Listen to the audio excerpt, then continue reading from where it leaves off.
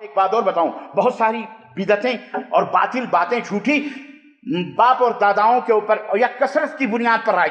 کہتے جی تم ہو کتنے کہنے والے وہابی، عالم نمک کے برابر. اللہ نے تم بد نصیبوں کو توفیق بھی تھی گالی دینے کی، تو الحمدللہ اپنے نام کی طرف نسبت کرنے کی سے گالی تم ہم کو دے رہے ہو. اللہ تمہیں ہدایت رکھنا. وہاب اللہ کا نام ہے، اور وہابی بھی کہہ لو، نو پرابلم، چلو چلتا ہے. لیکن کہتے تم ہو کتنے دال میں نمک کے برابر، تو ہم حلال سمجھتے ہیں تو ہم حرامی، حلال جو اسے حرام سمجھے وہ حرامی. اس طرح سے سنو، کثرتوں پہ ناز نہ کرو.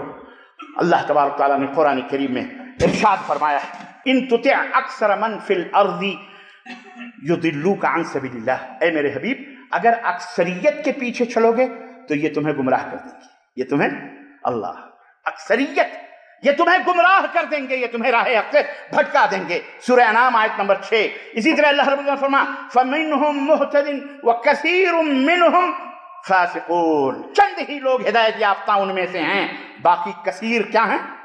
فاسق ہیں، گمراہ ہیں، فاسق ہیں. اسی طرح سے اللہ رب العزت نے فرمایا وَمَا يُؤْمِنُ أَكْثَرُهُمْ بِاللَّهِ إِلَّا وَهُمْ مُشْرِكُونَ.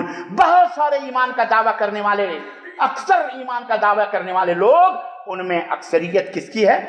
مشرکوں کی ہے. مشرک ہیں، شرک کرتے ہیں. اکثریت پہ ناز نہ کرو اور نہ اکثریت پہ دھوکہ کھاؤ. سنو، اللہ رب العزت نے فرمایا وَقَلِيلٌ مِّنْ عِبَادِيَ الشُّكُورُ. سورہ سبا آیت نمبر 13.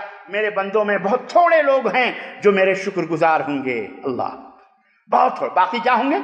سب نافرمان ہوں گے. اللہ اکبر. یہ اللہ رب العزت نے مذمت فرمائی ہے اکثریت پر. اور قیامت کا دن ہوگا، حضرت نبی کریم صلی اللہ علیہ وسلم، انبیاء سب حاضر ہوں گے اللہ کے سامنے. اللہ آدم کو حکم دے گا، اے آدم، اپنی ذریت میں سے 1000 میں سے 99 کو نکالو. اے اللہ کیا کرنا ہے؟ تم نکالو 99 کو جہنم میں جانے کا حکم ہوگا، 1 کو جنت میں جانے کا حکم. اکثریت کہاں جا رہی ہے؟ بولو. تو یہ معیار نہیں ہے حق اور باطل کا کہ تم تھوڑے ہو، ہم زیادہ ہیں تو ہم حق پر ہیں. زیادہ یہیں جائیں گے. زیادہ کہاں جائیں گے؟ جہنم میں. تھوڑے ہی جلد